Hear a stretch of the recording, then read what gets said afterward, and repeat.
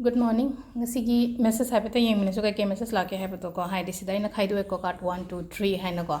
ado sidagi khanbiro ko hai di 1 consider 2 consider na traga 3 consider hai do adugi matung ina just simple message amam tang hai bata yeng minute ko aduga manifestation technique anoba ma ga hai ra ke ko siloraga ahambada hai di first khan ba mai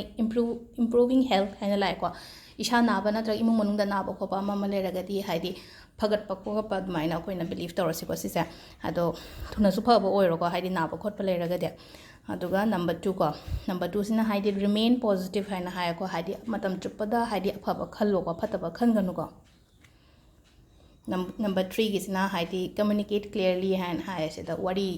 gumba sana da ba gumba le raga di wari shadu phajana ko ado si se na hai di khoi ngasi gi simple message hai tare ko kaino da gi lak pa se angel card ta gi lak pa aduga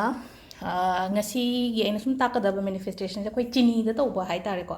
makhal makhal ni ko manifestation je khoi na hai di law of attraction gi kaino sing se technique sing se hai tare ko hai di numbers iba ama iba belief da tawba ko ba chini hai di adu khoi first da hai di chini do gi da mak kaino sigi manifestation shi da mak ta kari darkar roi glass ki tengkot hai tare ko glass ki tengkot na ta glass ki jar ligli to bigadam ni ko aduga transparent oi bigadam ni ko aduga makhung gum bam sur phangadi yare phangdraga na ngasa gi yum da di dum glass ki tengkot kum badi leina ko glass ki tengkot to dum makhung kupsal laga thambi ga da ko adu chini se pik thana hapani na ko chini se pik thana hapaga che macha ma khatang hai tare ko che macha hai se si di thupa ga budi leire na ko adu si se si gi che se da hai tare smaina si gi size se lobi raga nangi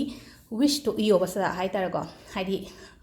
thawak phange na khalase ko hai di ai do thawak phange hai di maitron de igera english de igera kai ba kem leite ko ai do thawak phange aduga makha da ai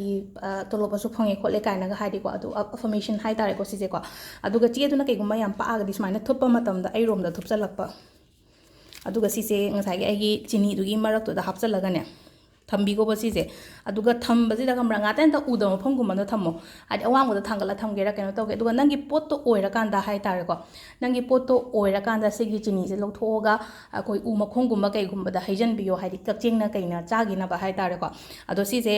job ki budi haire ko job oiro relationship oiro hai di nang na pame pot to adu de ibi adu to loin ibi ba da kai darkar obe se kai no glass jar ama glass tengkot kumba aduga che mache se da iraga da inter hapsan biga da ba color से blue ने red ने green ने को ओम जिसे न भैया को अदो love and relationship की ओरगा ना हाइडी अंगांग बगुम बसे न बिरो अदुगा पैसा की ओरना संग बसे न बिरो blue से ना हाइडी health की ओइगेरा न ट्रगा नंगी job की ओइगेरा अदु ना blue से न बिरो से न बिरो को अदो ngasi से खतंग दि थुरे से का थेंगदो करे हाइडी आई थेंगजु थेंगा चटका बसे को अदो सिदा लेरी हम का हेन सांगदा रोगी ngasi की वीडियो से को अदो कनोगी ऑगस्ट की कनो तौरो हाइबदो हाफ्रमनिको हाइडी ऑगस्ट की रीडिंग दो थामागी पुरा ngarang gi वीडियो दो चेक तो मैम थैंक यू